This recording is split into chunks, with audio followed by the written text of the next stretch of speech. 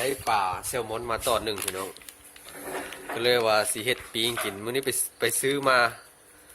300 กว่าบาทถ้าถูกเงินลาวเขากับประมาณ70 กว่าพันเนาะ76,000ซื้อซีนได้ประมาณโลนึงพี่น้องมื้อนี้สิเอามาย่างเกลือกินพี่น้องเฮ็ดย่างเกลือเฮ็ดง่ายๆเนาะคือว่าเอาเกลือไปโรยแล้วก็เอาไปย่างไฟซื่อๆนะเพิ่นไปเฮ็ดกันเลยในลักษณะนี้ตอนละ70 กว่าพันพี่น้องบุกประโทได้นอกหลังจากที่ว่าเฮาล้างสะอาดแล้วเฮาก็สำรวจเบิ่งว่ามันมีกลางบ่นี่เนาะสังเกตเบิ่งอยู่นี่เนาะกลางมันสินี่กลางมันสิลีอยู่ในซีนมันดังนั้นเฮาก็ดึงด้วยมือออกบ่ได้เนาะเฮาใช้เล็กคีบเฮานี่แหละคีบออกพี่น้องเนาะมันอยากอ้าวแข็งๆแน่พี่น้องใส่มือรูปเบิ่งเลยพี่น้องไผมีเนบก็เอามาลูกได้เนาะนี่มันสิเป็นกลางว่าซี่นี่รูปไปมันทางสิเตะมือหรอกเนาะนี่ดึงออกเลยพี่น้อง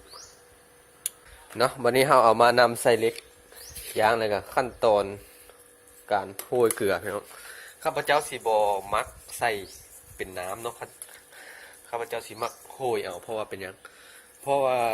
การโรยเกลือนี่มันสี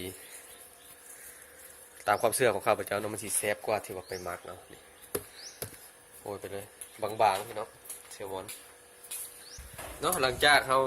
โรยเกลือแล้วเขาก็นำไปย่างเลยพี่น้องย่างไฟเสร็จเตาที่เขาเกี่ยวไว้เนาะเขาย่างเขาสีย่างทั้งหนังก่อนเนาะเพื่อให้หนังมันสุกแล้วก็เขาจังสีคอยปีนมาทางเนื้อแค่เราย่างนี่ประมาณ5 นาทีแล้วจะค่อยมาพลิกเนาะแล้วก็ค่อยเบิ่งแล้วว่ามันเหลืองตัวใดมันสุกตัวใดก็คือว่าปลาแซลมอนมันสุกง่ายอยู่แล้วพี่น้องเนาะ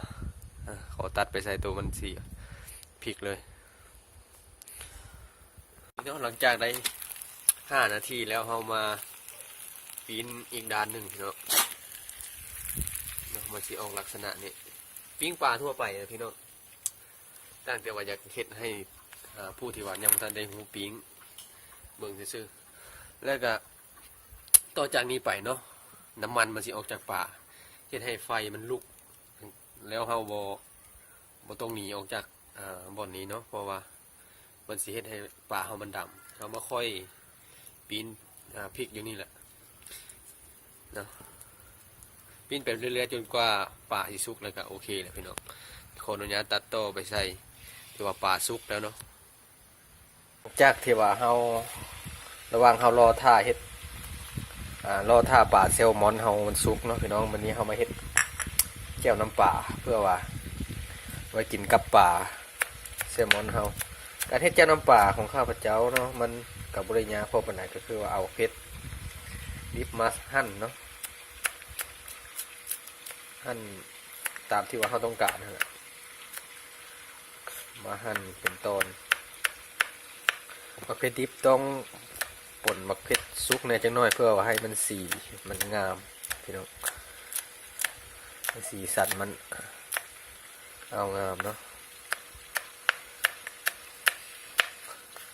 มันสิในลักษณะนี้โอเคเฮ็ดบ่หลายพี่น้องเฮ็ดกินผู้เดียวนี่เนาะหลังจากนั้นก็คือส่วนที่เหลือไปก็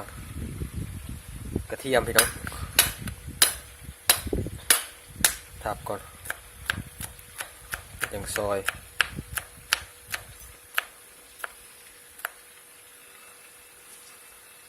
นะใส่กระเทียมสับจักหน่อย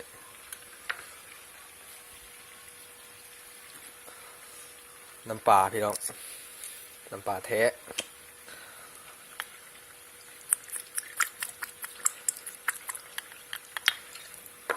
โอเคบักนาวใส่จักหน่อยส้มเค็มน้ำตาลทรายพี่น้องมันสิออกในลักษณะเค็มหวานส้มหน่อยนึงง่ายๆพี่น้องแกงน้ำปลาไผ่ก็เฮ็ดได้เห็นเนาะ เอาไว้ไปเสิร์ฟคู่กับปลาแซลมอนเท่าพี่น้องโอเคเรามาถึงตอนนี้ปลาแซลมอนเฮากะเหตุการณ์ปิ้งมันจนพลิกไปพลิกมาจนเหลืองสำนี้เลยพี่น้องแล้วก็บัดนี้ก็สุกแล้วเนาะบัดนี้เฮาสินำไปเสิร์ฟเลย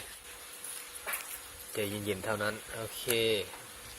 หนังมันสิบุรุษลงพี่น้องโอเคได้แล้วเนาะสิได้ออกมาในลักษณะนี้เนาะปลาแซลมอนย่างตรงคู่กับเจียวน้ำปลาพี่น้องพร้อมเสิร์ฟโอเคเนาะสำหรับคลิปนี้ก็เมื่อซ้ำนี้เนาะนี้ขอตัวไปรับประทานก่อนพบกันใหม่ในคลิปต่อไปเนาะขอขอบใจ